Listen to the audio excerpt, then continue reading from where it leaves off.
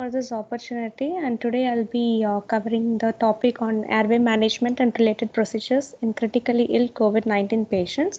Position statement of Indian Society of Critical Care Medicine. So this journal I have been taken from IGCCM. So moving on, it's just a refreshing definition for SARS-CoV-2 infection. So we suspect a person or a patient and we confirm the patient has a COVID-2 infection if the patient undergoes these criteria.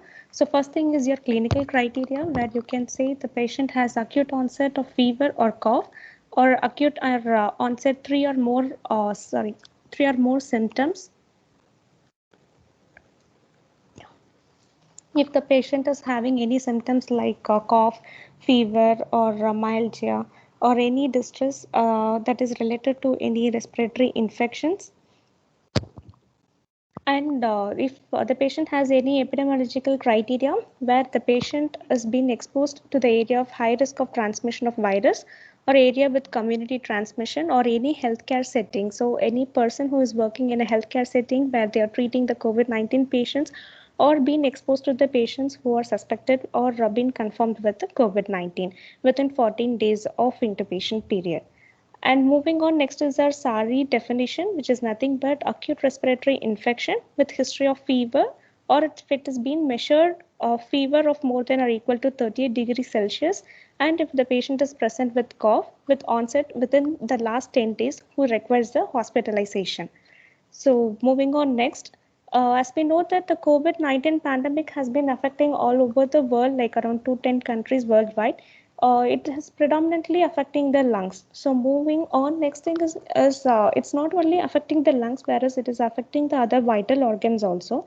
So here we are seeing there is 19% of patients who have been affected or developing the SARI infection, as well as 5 to 15% of patients are needed the ICU admission as well as the invasive mechanical ventilation. So moving on, next is it is a highly contagious disease. So where it puts the healthcare workers at high risk of acquiring the infection when they are performing the aerosol generating procedures. So the healthcare workers during this pandemic is very precious, and we have to protect them from the COVID-19 when we are treating the patients. So there are triple threats that has been there for the healthcare workers. So first thing is when the healthcare worker is being infected with COVID-19 or getting exposed, so they can't continue to work, and it is getting added burden to the healthcare system. So again, I'm continuing with it. There is a triple threat to the healthcare workers here. So if a healthcare worker has been infected with COVID-19 or getting exposed to COVID-19 patients, they can't continue to work. So what happens is it adds burden to the healthcare workers as well as the healthcare system, and it also causes infection to the co-workers and then to the community members. So the main aim of this study is to provide the guidance for safe airway management to all the healthcare workers who are dealing with the airways as well as the related procedures in COVID-19 patients. So this article has been done as a literature review.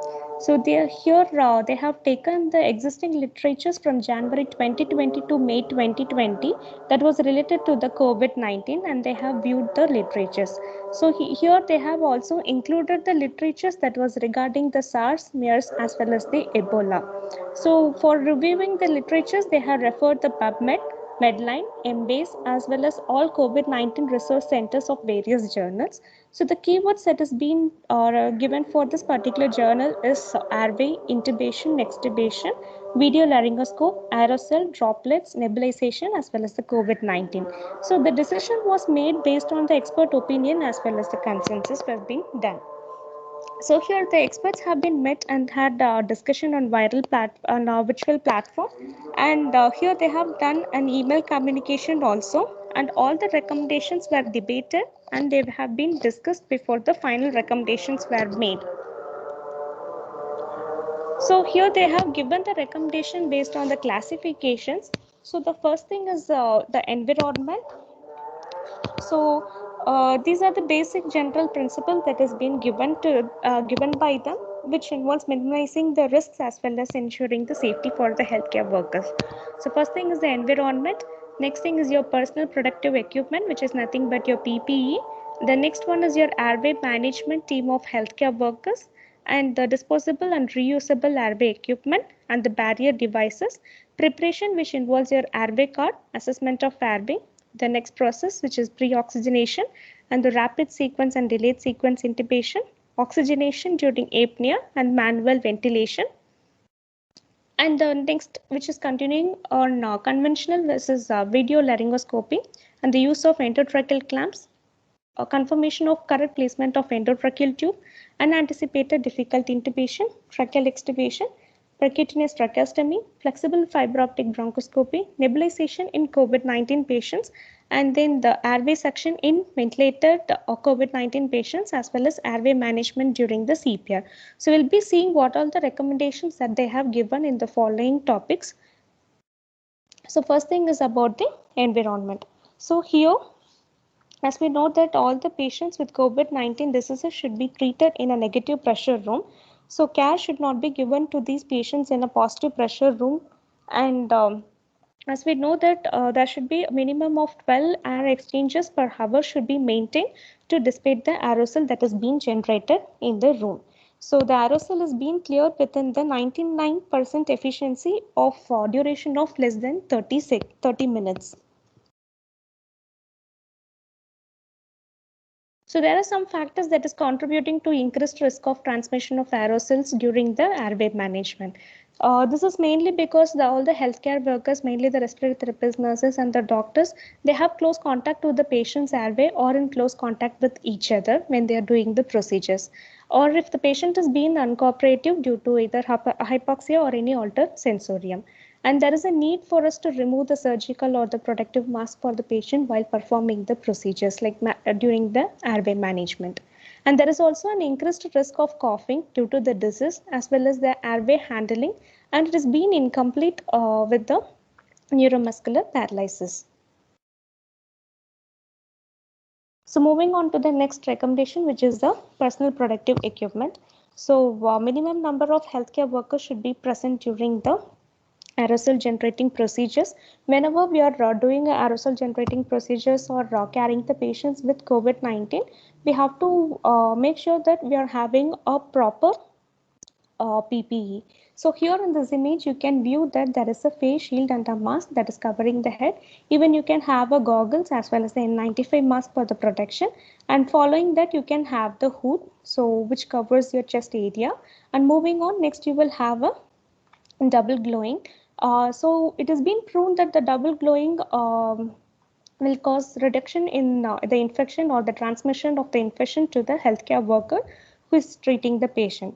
And as well as there is a standardized suit for consistency in the use. And you can see here there is a knee-high impermeable shoe covers.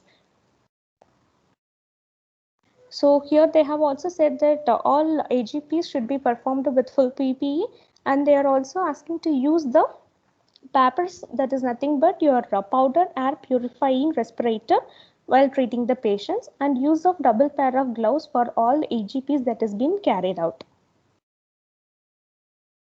So moving on to the next recommendation, which is the airway management team of healthcare workers.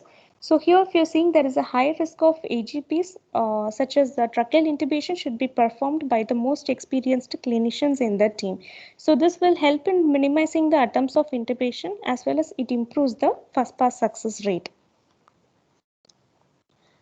And we know that in each ICU should have an airway team, and the equipment should be available, as well as the intensivist or the anesthesiologist should be trained in airway management, and then the healthcare worker should not exceed or increase more than 3. And we should also avoid the healthcare workers who have comorbid conditions such as any hypertension, or the patient, the healthcare worker is present with any diabetes or any chronic obstructive pulmonary diseases, immunosuppression therapy the healthcare worker has been going on, or the age above 60 years. So moving on to the next recommendation, here is disposable or versus reusable airway equipment. So here they are recommending to use a single-use disposable airway equipment, and they're asking to use the local protocol that has been formalized for that particular center or the healthcare center where the procedures should be carried out. So it helps in arranging the equipment, and then it also prevents the infection that is being carried out to the healthcare workers.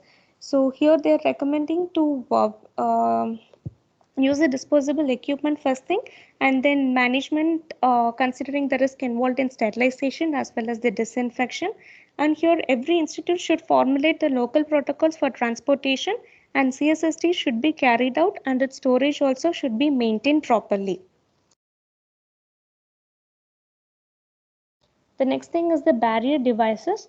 So here barrier devices is physical barrier between the patient as well as the person handling the airway, has been explored as a method to reduce the aerosol delivers or mean the spread of aerosols in the COVID-19 patients. So here the barrier enclosure device, which is nothing but the aerosol box, can be used. So it is nothing but a transparent plastic cube. So here you can see the image. So this is the a model of a aerosol box, where you can see there is a transparent plastic cube that is covering the patient's face with two circular openings through which the clinician can place the hands and perform the procedure.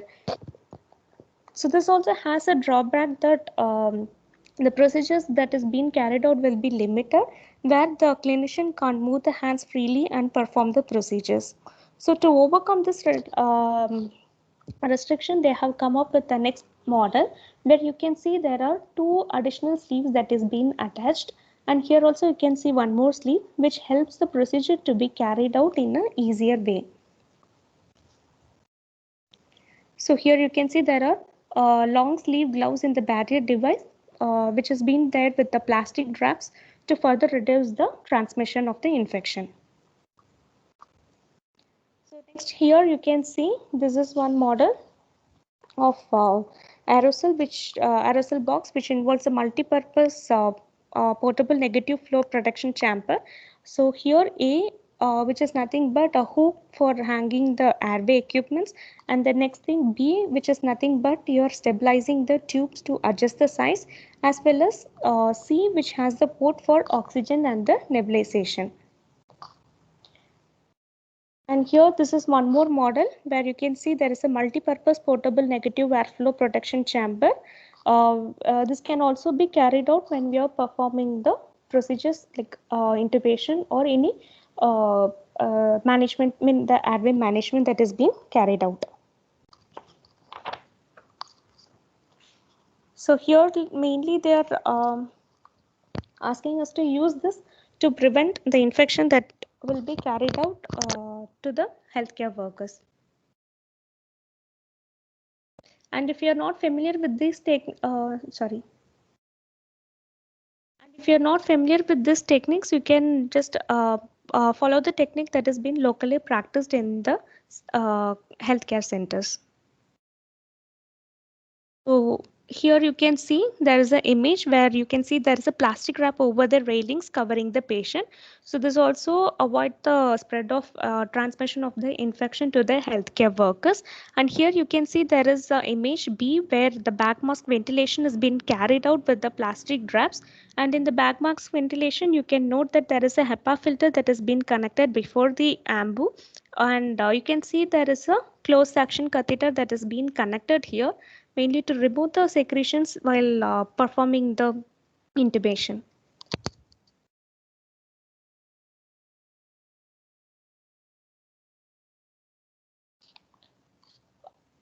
Next thing is the principles of tracheal intubation of COVID-19 patient preparation.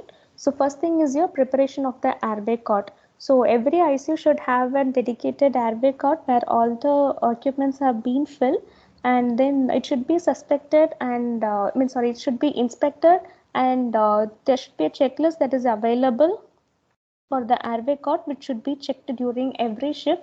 So this also prevents the further the further wastage of the resources of the healthcare workers.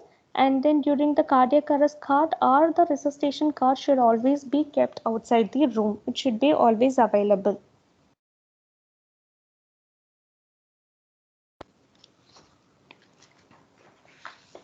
So here I have added the pictures of few airway card equipments which will be familiar. So first thing is the laryngoscope with the proper blades, and it should be in a working condition. And then the use of supraglottic airway devices with LMA with all the sizes that is being available. And there should be a transparent face mask for the patients if the patient is COVID but doesn't require much of invasive ventilation. And you can have the nasogastric tubes and the stillets or the bougie, and you can have a endotracheal tube, ambu bag or Baines or the nasogastric tube, and then a suction catheter, which is a closed suction catheter, and then the aerosol box or the barrier device, and you can have the oropharyngeal airways. So these are the things that is mainly required in an COVID-19 airway card. So you can also include the cricothyrotomy kit that includes the scalpel and as well as the bougie, and the endotracheal tube clamps or video laryngoscopes can be also used, and then the lubricant gel or the surgical gloves and RV filters and enamel syringe for inflating the cuff and then the deflating the cuff, endotracheal tube ties, etc. So these are the essential things that should be kept in the COVID-19 airway card.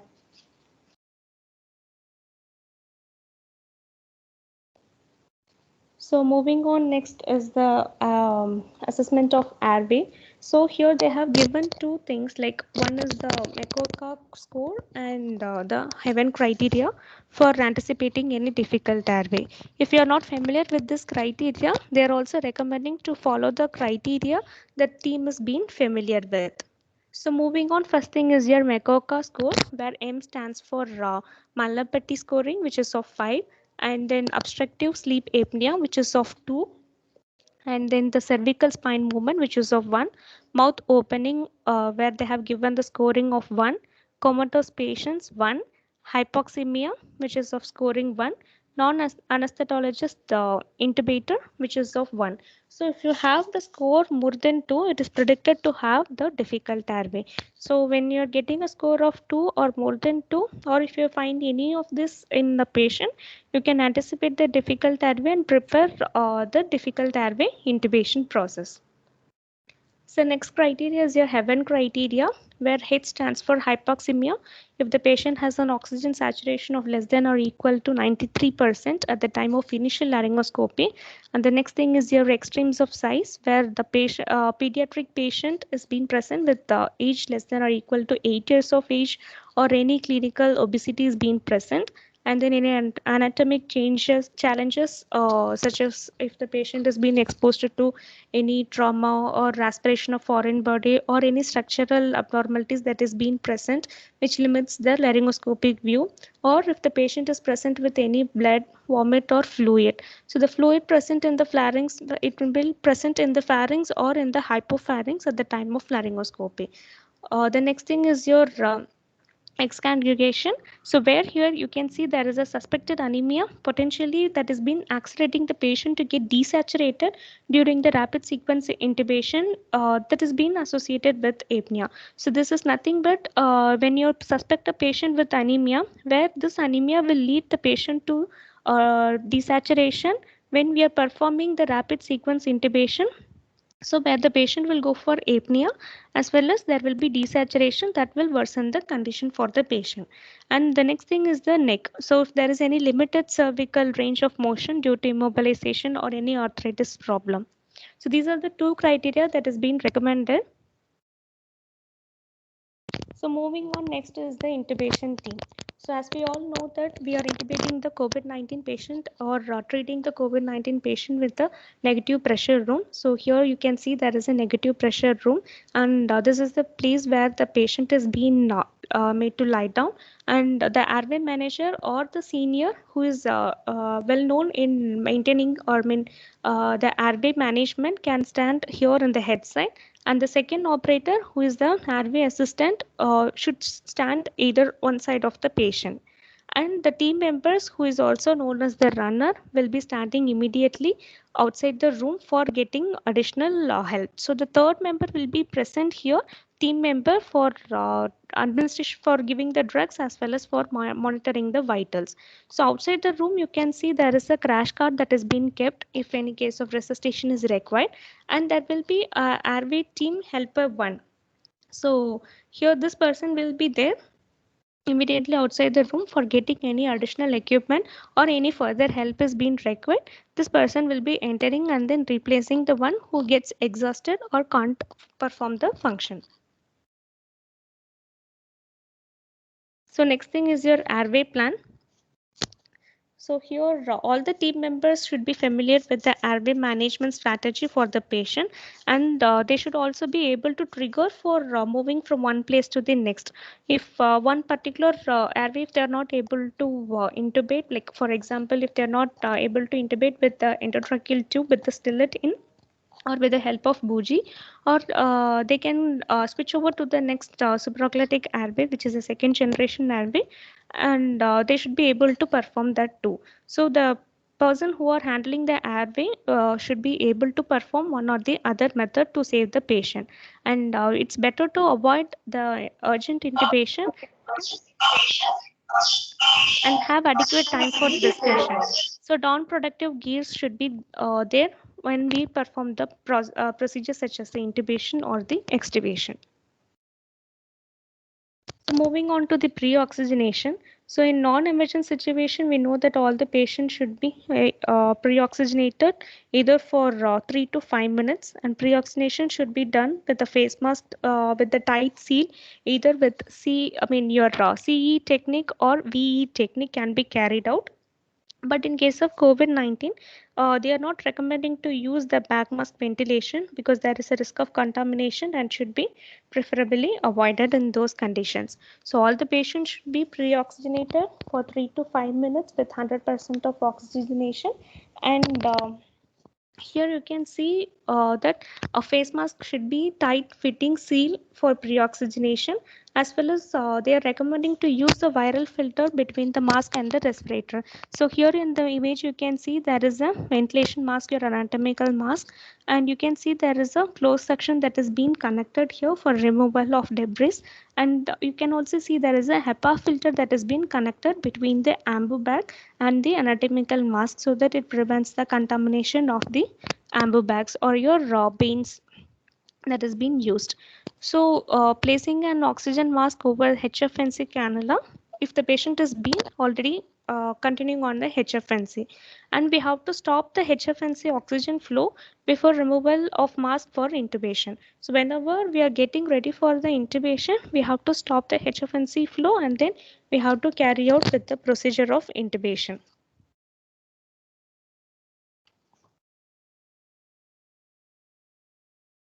So moving on to next, which is the rapid sequence and delayed sequence intubation. So when to choose the rapid sequences when you are intubating a patient with COVID-19, we are recommending to use the rapid sequence intubation.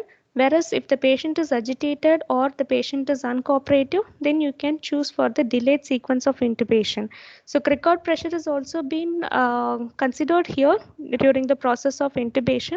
But if the cricoid pressure has been applied in too early stage or in the beginning of the intubation itself, this will encounter in patient to precipitate the coughs. So it will be very difficult to proceed with the further intubation, and it can be withdrawn if difficulties encountered during the process of intubation. So whenever we are giving a cricoid pressure to the patient, we should be cautious while performing it.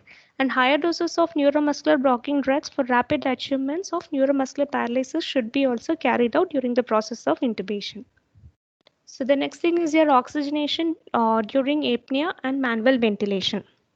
So here in severe hypoxic COVID-19 patient, it is prudent to minimize the period of apnea. So if the patient condition allows to complete apnea without back mask ventilation, it is being preferred.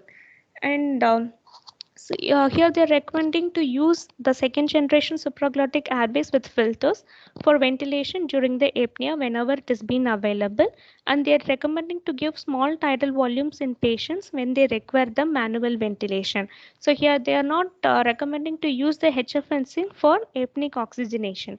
If suppose manual ventilation is needed, they are asking to use the CE approach or the VE approach, so that we will get a tight seal. This has been carried out throughout the procedure of intubation process. Like whenever we require to backmask the ventilation, this is the procedure that to be carried out. So moving on, next is the conventional versus video laryngoscope. But nowadays we are more used to the video laryngoscope. So in this COVID-19 patients, where if we are very well versed in using of video laryngoscope, it is better to use, or they are recommending to use the conventional laryngoscope. But the thing in video laryngoscope, whenever we are proceeding with that, it's better to have a stillet in the endotracheal tube, so that it will be easy to process, or easy to proceed throughout the process of intubation. So avoid first time use of video laryngoscopes in COVID-19 patients. If they are not familiar with the use, better to go with the conventional method of intubation.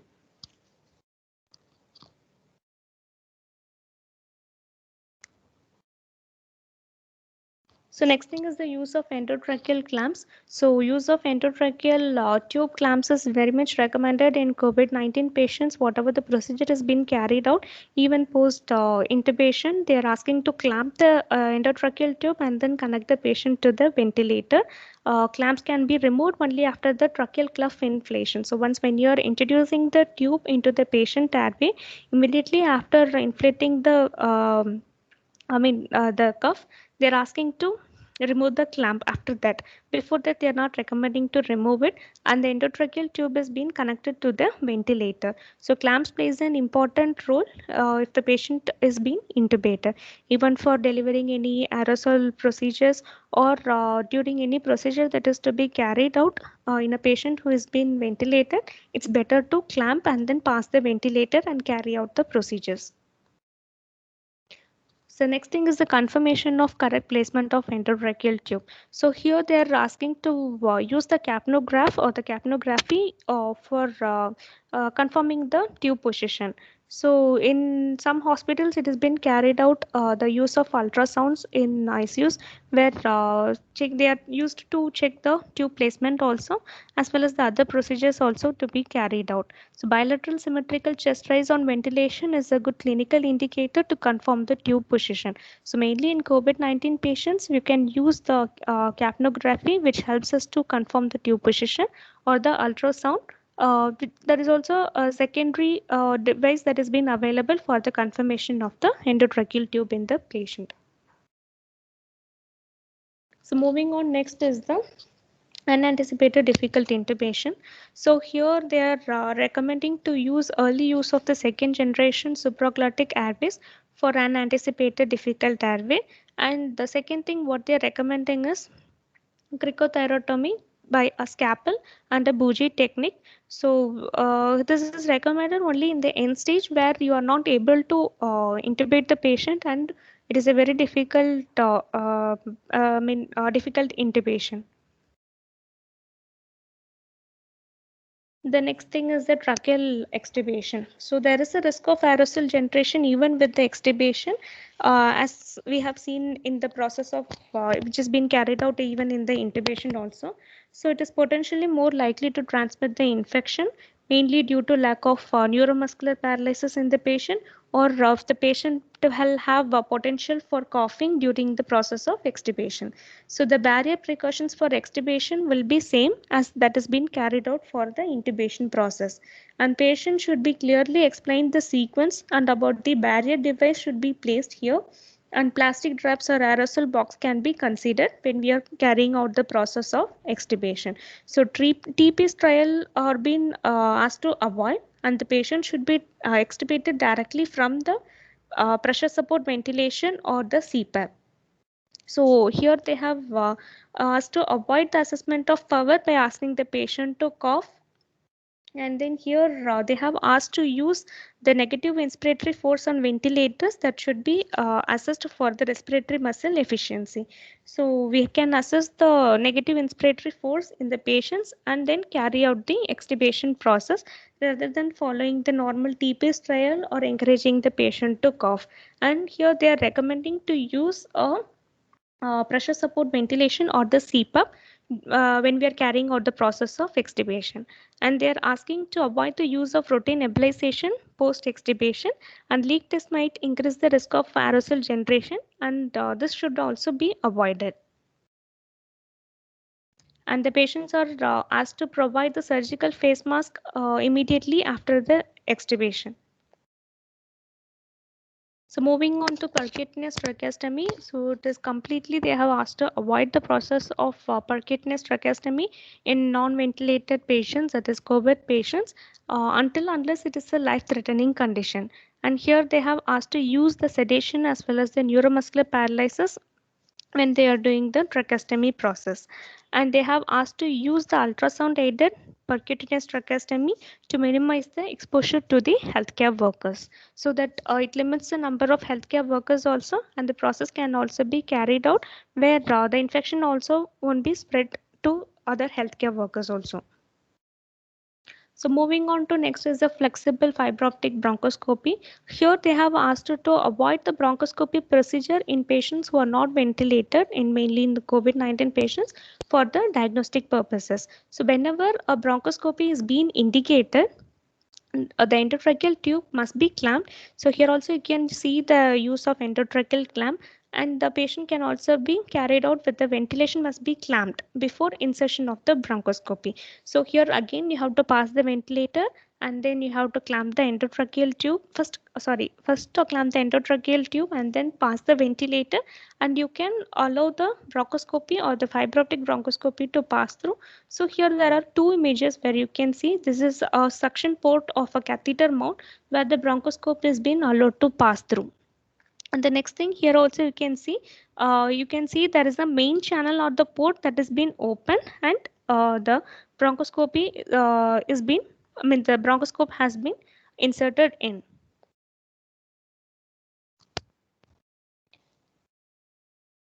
So next thing is the nebulization in non-ventilated COVID-19 patients.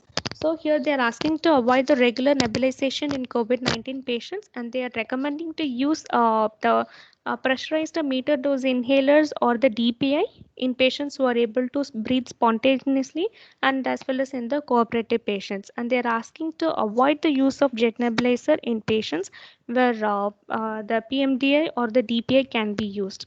And here they are asking to use a mouthpiece over the mask for nebulization when jet nebulizer is being used.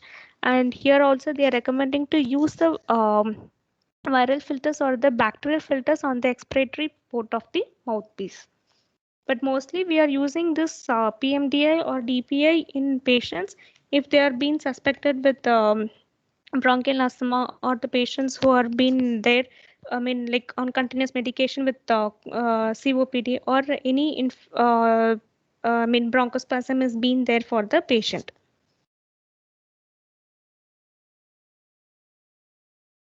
The next thing is nebulization in ventilated COVID-19 patients. So first thing, they are asking to avoid the use of jet nebulizer in ventilated patients, and they are asking to use of mesh nebulizer in patients who have been ventilated, and the mesh nebulizer to be placed at the Y piece with the filter that is being placed between the Y piece as well as the nebulizer. So to avoid the transmission of infection or the generation of aerosols by the patient, they are recommending to use the bacterial filter here between the mesh nebulizer as well as the Y piece. So the next thing is your airway suction in ventilated COVID-19 patients. So all the ventilated patients should be connected to the closed end-line suction. So this can be used whenever the patient is being intubated.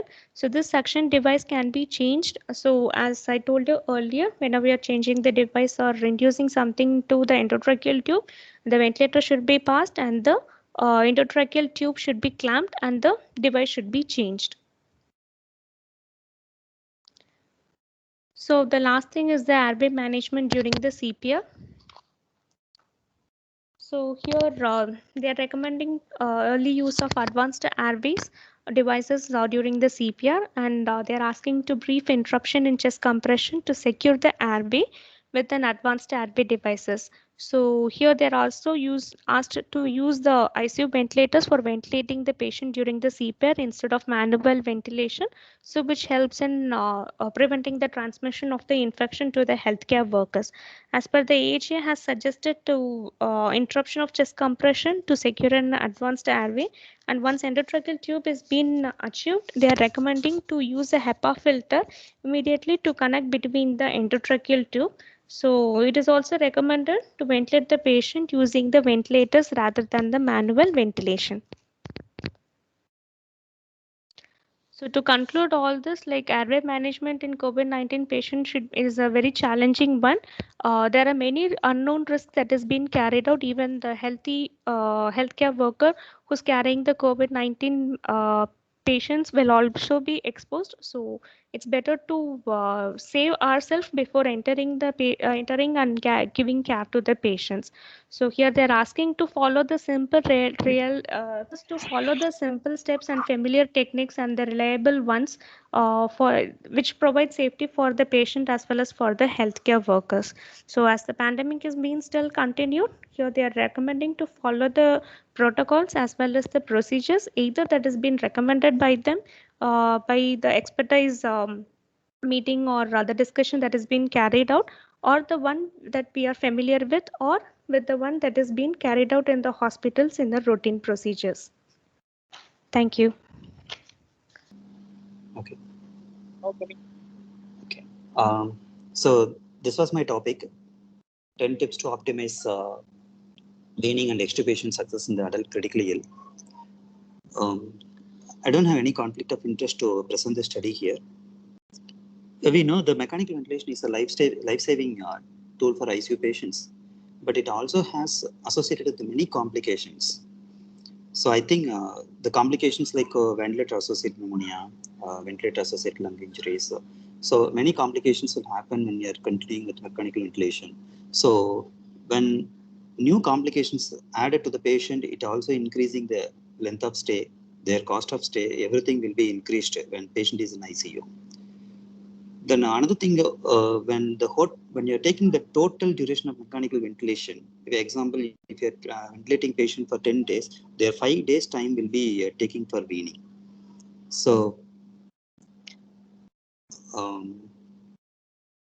as quick as possible, we need to wean the patient and extubate. I think this 10 tips will help you to wean quickly. Before starting, we'll see few definitions. The weaning is a process of abruptly or gradually withdrawing ventilatory support.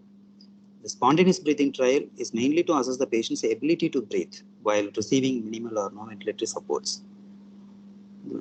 The last one is extubation, is the process of removing a tube from the airway. So the first tip is less is more, avoid unnecessary sedation. Usually when patient is in mechanical ventilation, they need some minimal or deep sedation to keep the patients more comfortable and reduce their fear, anxious, or pain. So when patient is on mechanical ventilation, immediately they will start a fast tube to manage the patients. In that, the sedation should be very important. We should not give more sedation and we should not give less sedation also. So patient will be having a more invasive lines, so pain also will be there and patient will have some fear. So for preventing that fear and reducing pain, we need to give start some sedation. So this should be medium level or light level.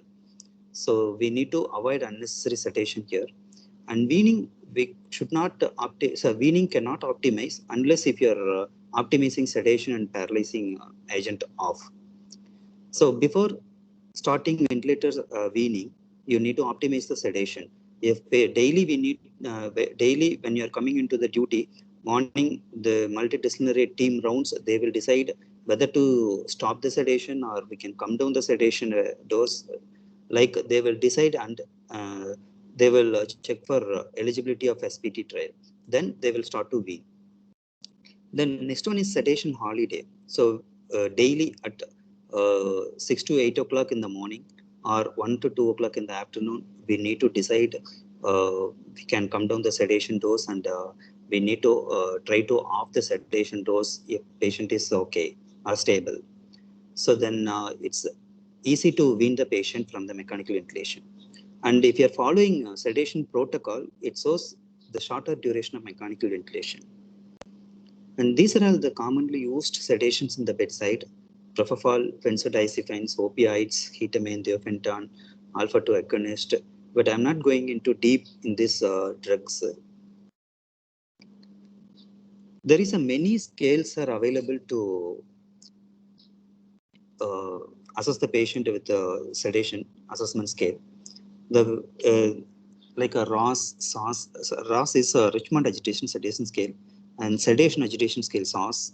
And there is some more sedation scales are available, like a Ramsey scale, Horry scale, Attais, Moss, Vicks, Bloomsbury. There is a many scales are there, but the most validated and reliable method to assess the patient sedation one is Richmond Agitation Scale.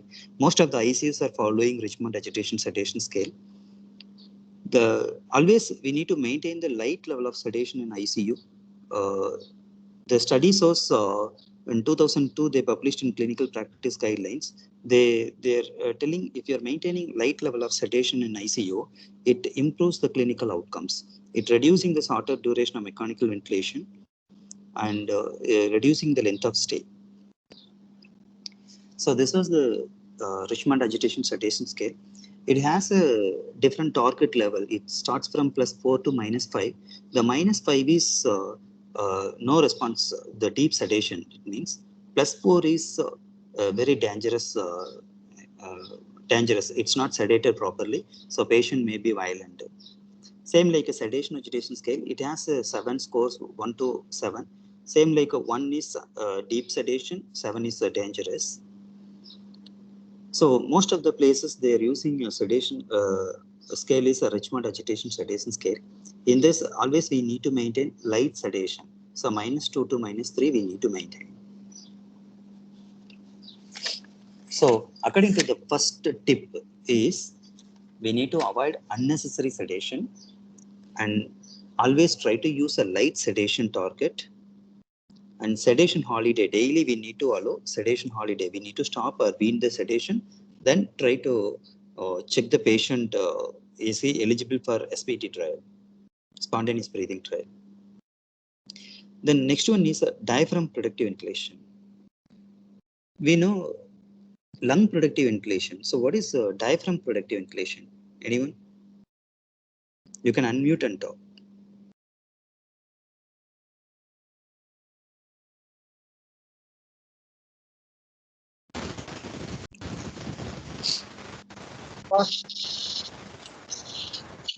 We know lung productive ventilation. It's mainly to minimize the stress and strain applied to the lung injured lung. Usually we will be keeping low tidal volume, low plateau pressure, permissive hypercarbia. Mainly we will be focusing on baby lung concept of ventilation. Is it? So what is diaphragm productive ventilation? Maybe it's in NAVA, sir. No. No, we can use in ultrasound. We assess the diaphragmatic number, then wean the patient. Yeah, okay. It's one of the type of injury to the diaphragm. It's mainly to protect against disuse atrophy and injury due to excessive effort. The thing is, if patient has high tidal volume, excessive inspiratory effort, or patient ventilator asynchrony, the most of the patients will get a diaphragm injury. So in upcoming slides, I will tell you. Okay. So my second tip is diaphragm productive ventilation. It's mainly to prevent diaphragm tissues atrophy. Simply, I can tell that if diaphragm is not being used, it will go to atrophy. If it is higher usage, the patient will go for diaphragm injury. Is it clear? Yes. Okay. Yes, sir. Yeah. Would you be able to see here? this picture in right side, the patient has if patient has a lung injury, like lung productive ventilation, we'll be avoiding over distension, we are avoiding de-recruitment, so we are preventing high tidal volume. So if high tidal volume, it will increase the normal lung units and it will cause pneumothorax. So here in the right side, mainly in diaphragm productive ventilation, we need to optimize the diaphragm effort and synchrony. So if diaphragm is not used, it will go to atrophy. If it is excessive usage, it will be causing injury. Okay, so how it will be happen? So it should be mainly to prevent diaphragm muscles during complications of mechanical ventilation. So their study, they're telling if ventilator induced diaphragm dysfunction, it leads to poor outcome.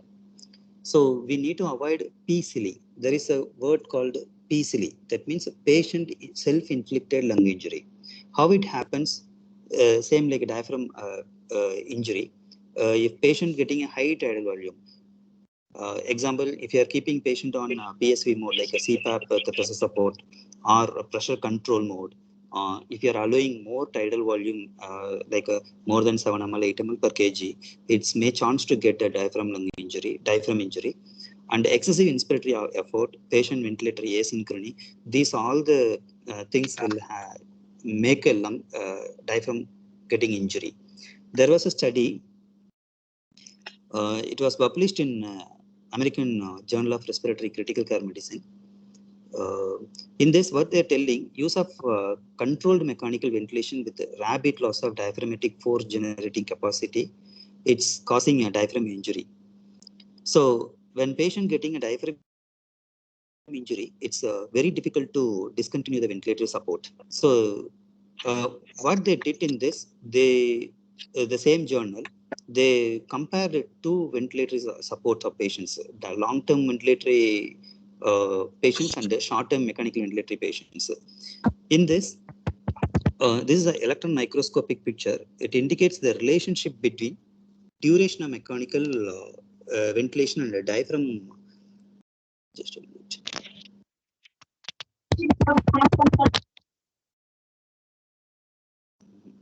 So here, the down one, would you able to see the duration of mechanical ventilation? They compared with the duration of mechanical ventilation and the degree of sarcomatic injury.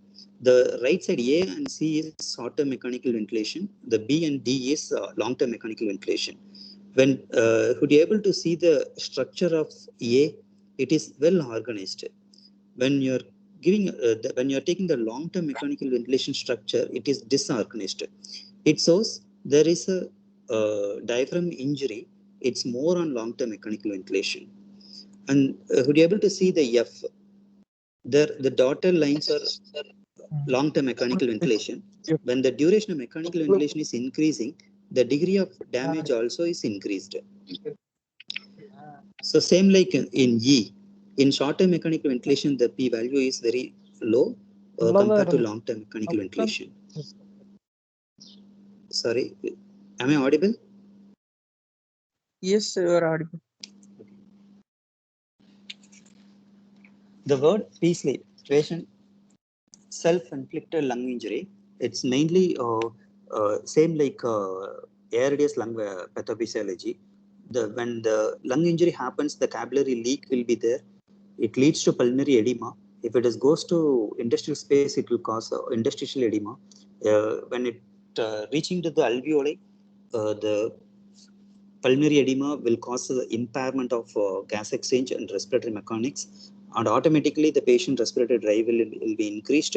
The pleural swing also will be increased. Again, it will cause some more capillary leakage. So always we need to protect the lung as well as the diaphragm also to prevent lung injuries. According to this second note, we need to prevent self-inflicted lung injury. So for that, we need to avoid high tidal volume, and the inspiratory effort should not get increased. Like if patient is on pressure support ventilation, you need to give adequate pressure support.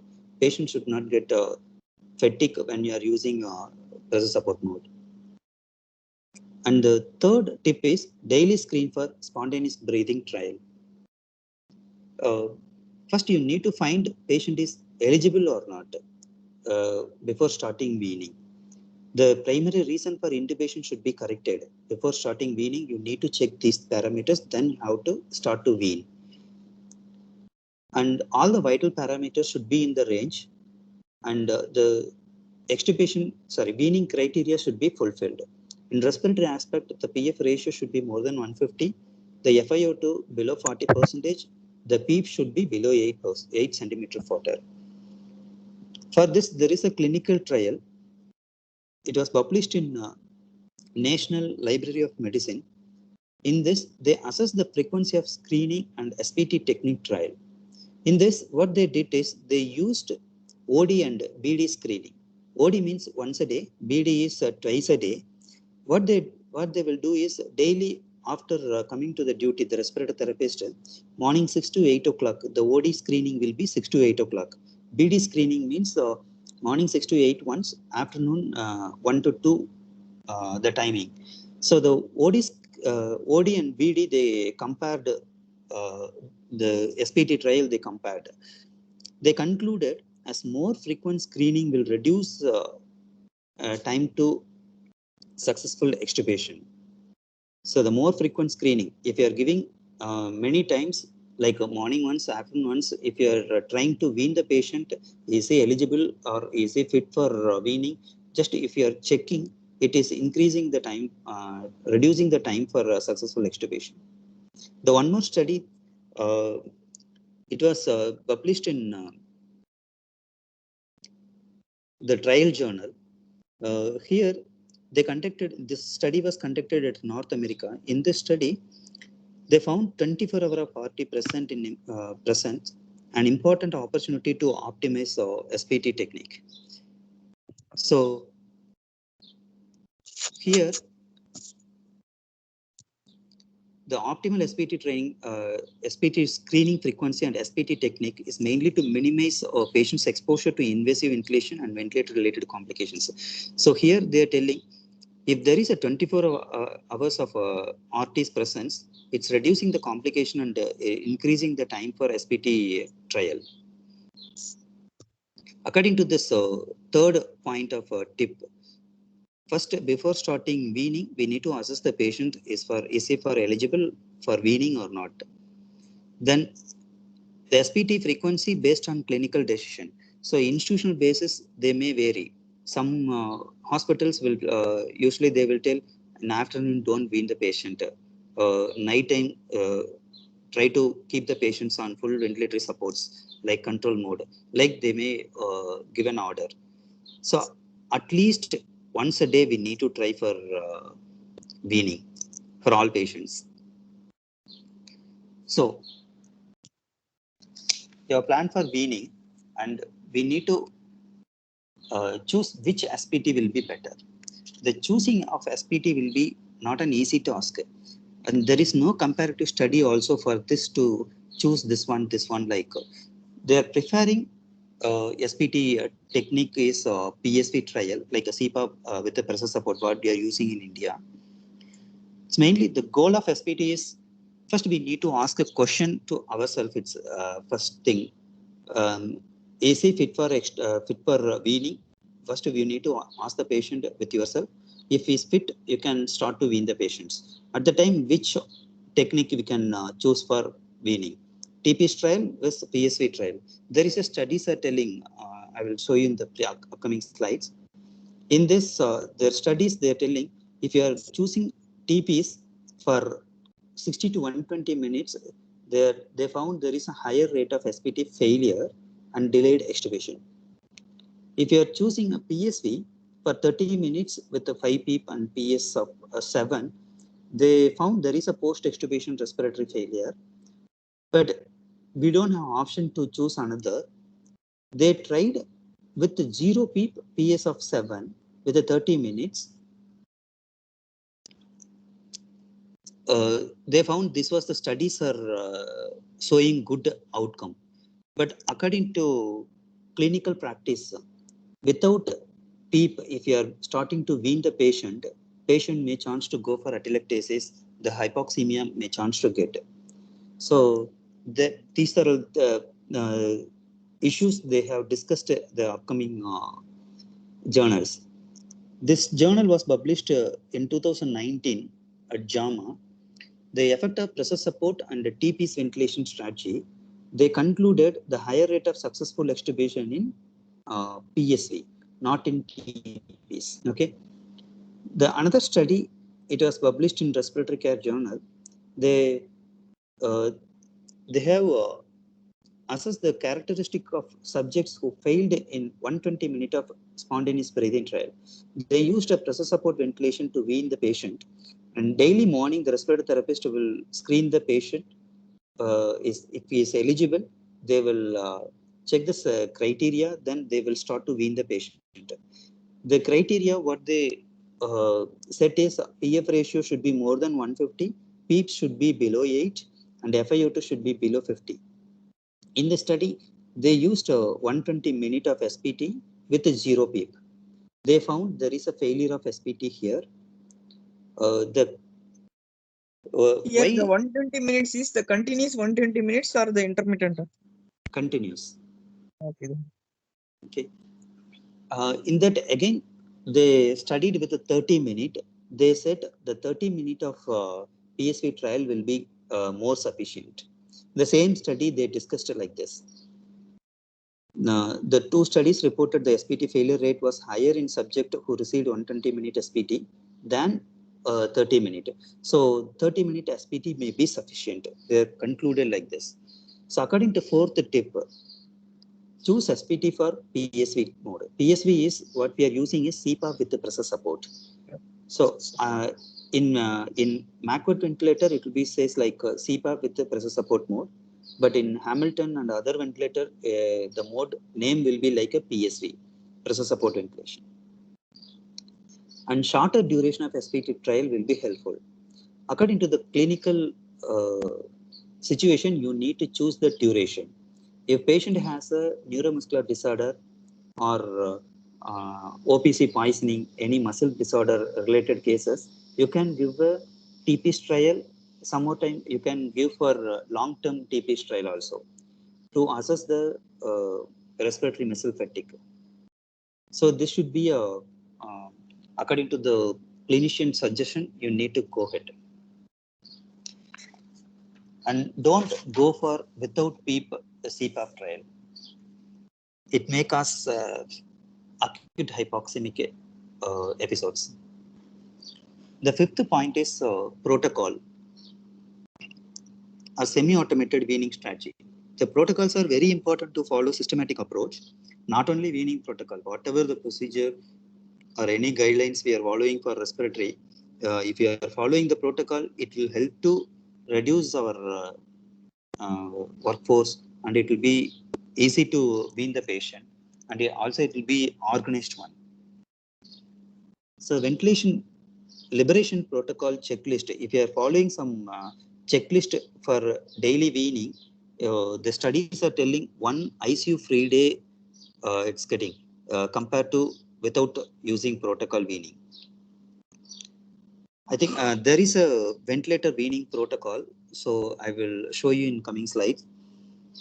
There will be a checklist, but I don't see any checklist. We need to prepare for the ventilator liberation protocol checklist. And modern ventilator has like Hamilton and all, they have a quick weaning option. If you have that option, just you press that quick weaning, automatically it will start to wean the patients according to patient effort. So the another study was telling 78% of weaning time reduction when you are using weaning protocol. This was the ventilator discontinuation of protocol. When there is a patients getting mechanical ventilation, first of all, we need to treat the underlying cause. What is the reason for intubation that should be corrected? Then underlying cause, that means why he was intubated, that should be corrected. Then daily we need to check the readiness criteria. And if we meet that criteria, you can go ahead for weaning, either CPAP or a PSV. If he pass, you can go ahead for extubation. Or if patient is already tracheostomized, you can go ahead for Swedish trial or TruckMask, what we are using in India. If he is not meeting that criteria, you can keep the patient on control mode again. You can try after some time. So the protocol should be implemented by respiratory therapist. It results shorter weaning time and shorter length of mechanical ventilation. And also, if your weaning is quick, it will be reducing their length of stay, a hospital cost will be reduced, and also infection, it will be reduced. According to fifth tip is, always try to use a protocol. If you are using a protocol, it reduction of weaning time, increasing ventilator free days. If you are extubating, normally if you are extubating 8 days means it will be giving at least 6th to 7th day you can extubate, and if you are following protocol, you can extubate the patient maybe 6th or 7th day, reducing hospital stay. So the sixth tip is quickly intervene when SPT fail.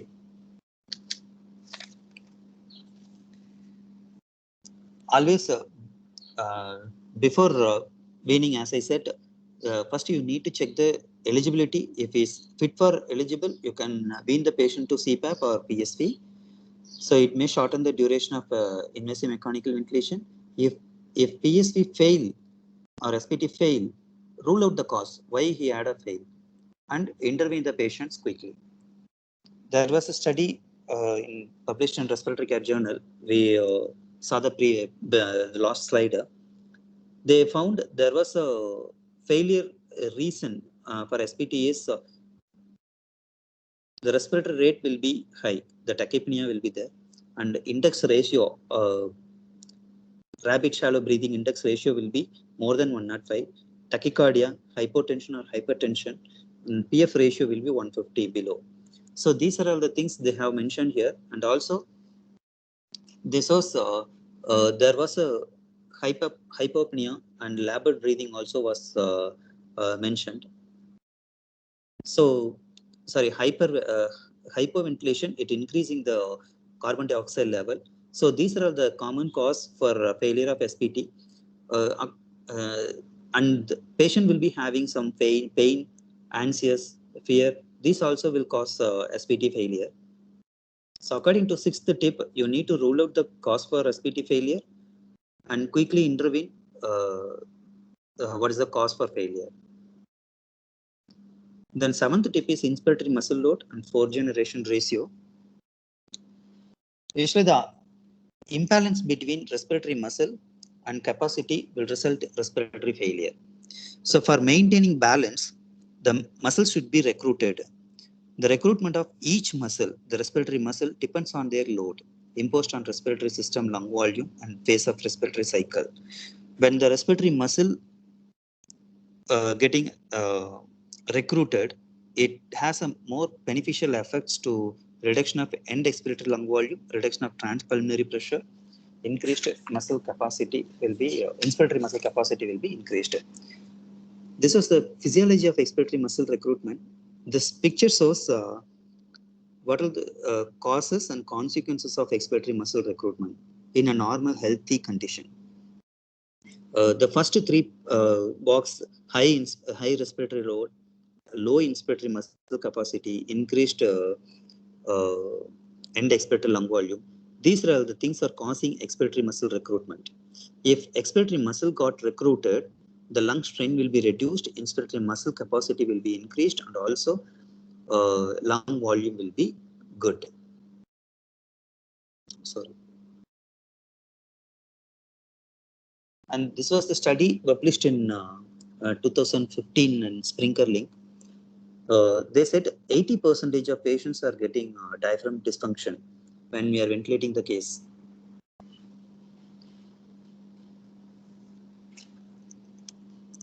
So if there is a muscle dysfunction, a diaphragm dysfunction or muscle get dysfunction, it's very difficult to wean the patient.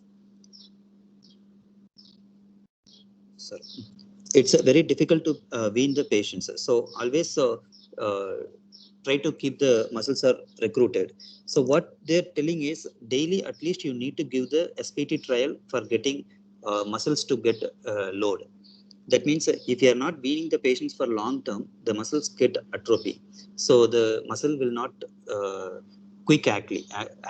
So that's why they suggest to give some daily weaning trial for the patients. Sedation, holiday, then they're suggesting to give a SPT trial daily. According to seventh tip, in patients in whom the load or efficiency balance is altered, the expiratory muscles are recruited. If patient expiratory muscles are recruited, has a many beneficial effect. It reduction of end expiratory lung volume, reduction of transpulmonary pressure, increasing inspiratory muscle capacity. The eighth tip is weaning with extubation failure risk factors. There is a study published in 2018 in Critical Care Journal. Around 20% of mechanically ventilated cases have a difficulty in weaning. Their main risk factor is cardiopulmonary comorbid, more than 65 years and above. They found there was two types of risk factors: airway related, non-airway related risk factors. This was the study. They have given two types of failure: airway failure, non-airway failure. That means in airway failure, they found there is a more than 7 days of ventilation and copious secretions. The purulent secretions, it causing airway related failure. Non-airway related failure is non-obese status and a SOFA score more than 8. SOFA score is sequential organ failure assessment score. This SOFA score, how they collected the data is on day 1, the admission, they have collected all the lab parameters. Around 6 parameters they used to collect all the data. It's mainly to assess the severity of diagnosis, how the patient is admitted with the issues, the problems. According to 8th tip is to assess the risk factor before starting to wean and extubate. This will reduce the re-intubation rate. The 9th tip is post-extubation respiratory support. 10 to 15% of patients are needed re-intubation within 48 to 72 hours of post-extubation. After extubation, if you are keeping standard oxygen therapy, it's mainly to easy weaning cases, you can keep standard oxygen therapy. If you are suspecting the patient will have a high risk patient, you have to go ahead for NIV, at least 48 hours after following extubation. If you are suspecting patient has a low or moderate risk of patients, after extubation he may worsen. Like if you are suspecting, you can go ahead for high flow nasal cannula. And they're suggesting to give a prophylactic HFNO, high flow oxygen therapy, to reduce the re-intubation rate compared to standard oxygen therapy. And NIV also may be used in weaning strategy who failed in SPT. It's mainly to give some positive pressure to the lung.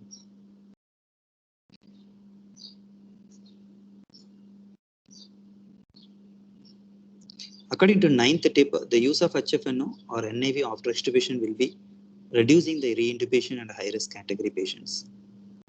The 10th one is tracheostomy. Again, the early with late tracheostomy, they conducted studies in this general ICU patients and neurocritical care patients. They have taken for this study. In this, they said the early tracheostomy can reduce the length of ICU stay and mechanical ventilation in general ICU cases. If it is a neurocritical care cases, if general patients, you can give some more days. Usually, we will be giving 7 days for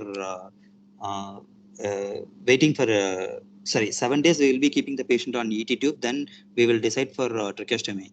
So here in general ICU patients, you can give more than 10 days off also. Sometimes the gradual weaning and airway control will be better in general ICU cases.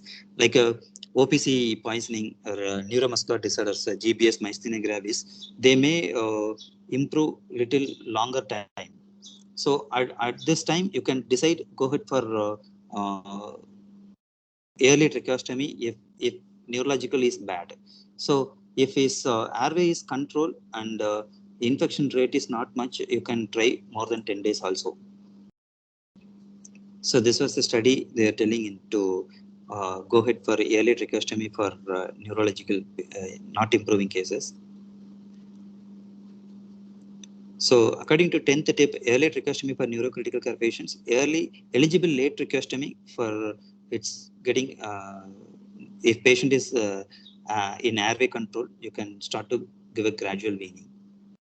According to conclusion, weaning and extubation success depends on careful monitoring, especially in high-risk patients, and always give adequate pain relief and sedation management. You should give a light sedation level, and patient ventilator asynchrony should be avoided, and respiratory load, neuromuscular efficiency should be optimized. So the final summary of recommendation is for acutely hospitalized patients ventilated more than 24 hours, try to use a CPAP with a PEEP weaning, like a PSV weaning. Then always try to use a sedation protocol and minimize sedation dosages. You need to maintain light level. Then high risk for extubation failure, you can, if you're suspecting that case, you can try to keep the patient on NIV for at least 24 hours to 48 hours. So my take home message is low pressure SPT trial for short duration. HFNO or NIV will be mainly useful for post-extubation respiratory failure prevention. So these are all the references I have taken. Thank you.